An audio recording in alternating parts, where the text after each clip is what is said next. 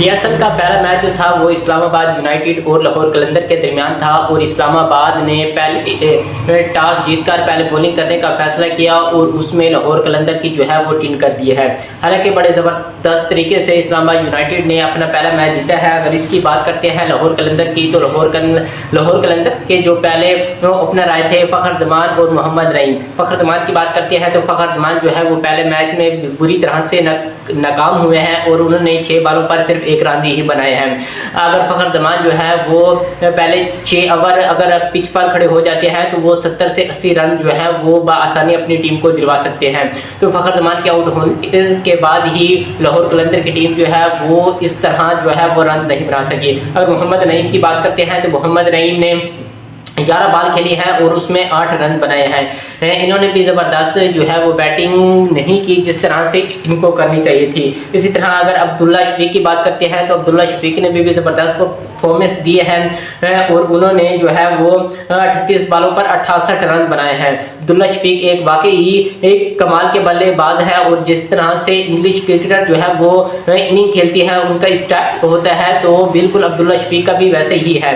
तो अब्दुल्ला शफीक जो है वो एक अच्छे बैटर साबित हो सकते हैं पाकिस्तान टीम के लिए भी। तो इनको चाहिए कि भरपूर मेहनत करें और जो लाहौर कलंदर को भी मैच जितवाएं। इसी तरह अगर बात करते हैं डैरल मिचेल की, तो डैरल मिचेल जो है वो भी नहीं चल सके। उन्होंने 14 बॉलों पर जो है वो 13 रन बनाए हैं। इसी तरह सिकंदर रजा की बात करते हैं तो सिकंदर रजा ने भी कोई खास रन नहीं बनाए। उन्होंने 21 बॉल पे 23 रन बनाए हैं और इसी तरह जो है वो लाहौर कलंदर की टीम जो है वो कोई ज़्यादा रन बनाने में कामयाब नहीं हुई। इसी तरह अगर बात करते हैं इस्लामाबाद की बॉलिंग की, तो इस्लामाबाद की जो बॉलिंग थी उसमें सबसे ज़्यादा जो बेस्ट बॉलिंग की है वो की है होल्डर ने सिर्फ 4 ओवरों में 26 रन खा के उन्होंने 4 विकेटें हासिल की हैं। 4 विकेटें लेना कोई आसान काम नहीं होता। हालांकि होल्डर की बात करते हैं तो वो लाजवाब बड़े बाकमाल बॉलर हैं और उन्होंने 4 ओवरों में सिर्फ 26 रन खा के जो है वो 4 विकेट जो हैं वो हासिल किए हैं। इसी तरह इमाद वसीम की बात करते हैं। इमाद वसीम ने भी 4 ओवरों में सिर्फ 1 ही विकेट हासिल किए हैं और कुछ खास रन जो हैं वो भी नहीं पड़े।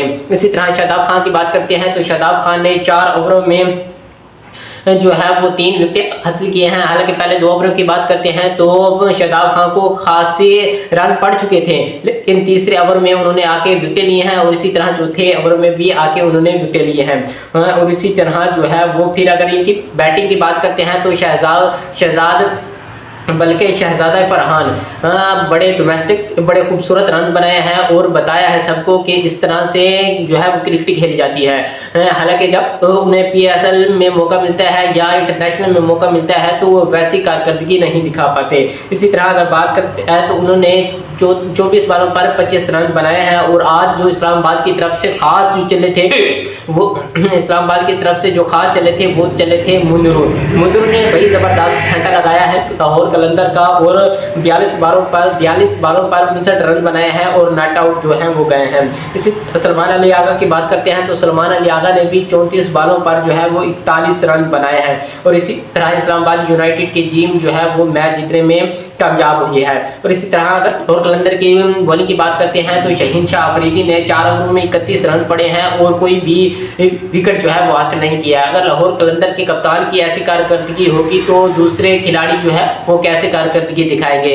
इस तरह हारिस रऊफ की बात करते हैं तो हारिस रऊफ ने भी 4 ओवरों में 34 रन खाए हैं और 1 ही विकेट हासिल किया है। इसी तरह आसिफ अफरीदी की बात करते हैं तो इन्होंने बड़ी ज़बरदस्त बॉलिंग की है और 4 ओवरों में 15 रन खाकर 1 विकेट भी हासिल किए हैं। इसी तरह जायदाद की बात करते हैं तो जायदाद खान जो है इन्हें अब्दुल रज़ाक भी कहा जाता है। इन्हें बड़े ऑलराउंडर के साथ जो है तशबीह दी जाती है क्योंकि इनकी बॉलिंग भी है वो लाजवाब है। बैटिंग जो करते हैं वो भी लाजवाब करते हैं। तो इन्होंने आज बॉलिंग तो बड़ी कमाल की है लेकिन कोई विकेट हासिल नहीं कर सके।